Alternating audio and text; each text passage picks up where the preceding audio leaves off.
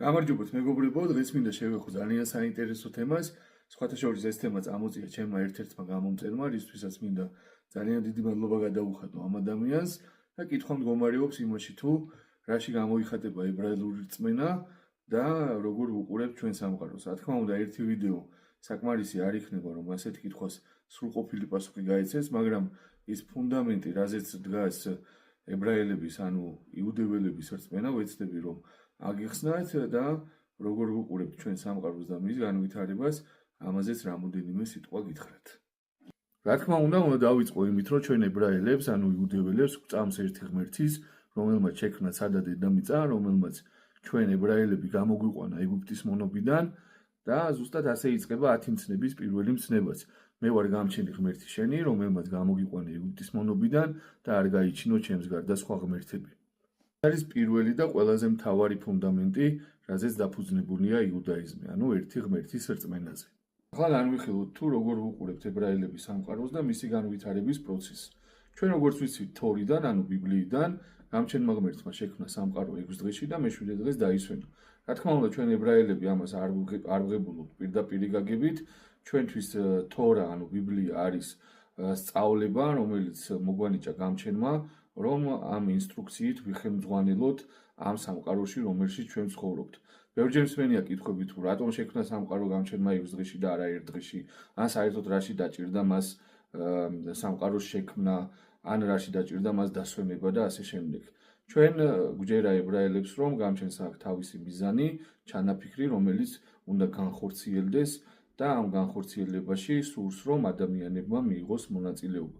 ამიტომ მან მოგცა ჩვენ თორა, რომელშიც წერია კანონები, წესები, ინსტრუქციები თუ როგორ უნდა იხელმძღვანელოს ადამიანმა სამყაროში, რომელიც შექმნა გამჩენმა ღმერთმა. ანუ ეს არის ჩვენთვის ებრაელებისთვის ძალიან მნიშვნელოვანი, ასევე ჩვენ გვჯერა ებრაელებს, რომ გამჩენს არ შეუქმნია სამყარო, იმიტომ რომ მან შემდეგ ის გაანადგუროს, არამედ მან შექმნა სამყარო იმისთვის, რომ ადამიანმა შეიცნოს ეს სამყარო, იქნება ეს მეცნიერება, იქნება ეს კულტურა, იქნება ეს სხვადასხვა სფერო, მაგრამ რა თქმა უნდა, იმ კანონებით და წესებით, რომელიც თვით შემქმნელმა დაგვიწესა, რადგან მან უკეთის იცის ამ სამყაროს რა ჭირდება და მან მოგცა ზუსტად ის ინსტრუქციები, რომელიც წერია თორაში, ის კანონები, ის წესები, ის მცნებები, რომელიც იწყება 10 მცნებიდან, ჩვენ ებრაელებს გვაქვს კიდევ 613 მცნება, ამ თემების განხილვას უკვე ვეცდები რომ სხვა ვიდეოში მოვახერხო,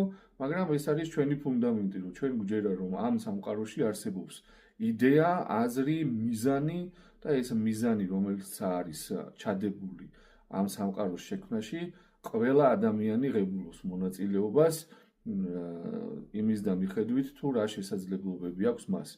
ამიტომ ჩვენთვის ებრაელებისთვის მნიშვნელოვანია, რომ ეს სამყარო არ განადგურდეს და მივიყვანოთ იქამდე, სადაც ადამიანი დასაბამიდან ოცნებობს, რომ დედამიწა გახდეს ყველა ადამიანისთვის სახლი და ყველა ადამიანმა იწამოს ერთი ღმერთი, ანუ გამჩენი.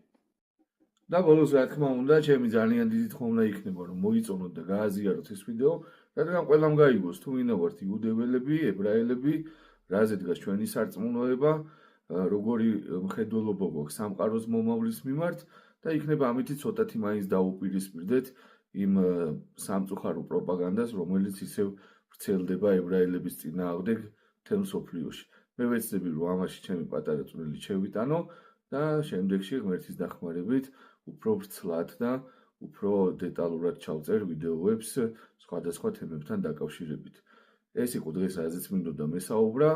გამჩენი ღმერთი ფარავდეს ისრაელს და საქართველოს, მსოფლიოს კიდევ უსურვებ, რაც შეიძლება მალე გამოჯამრთელებას. მომავალ შეხვედრამდე.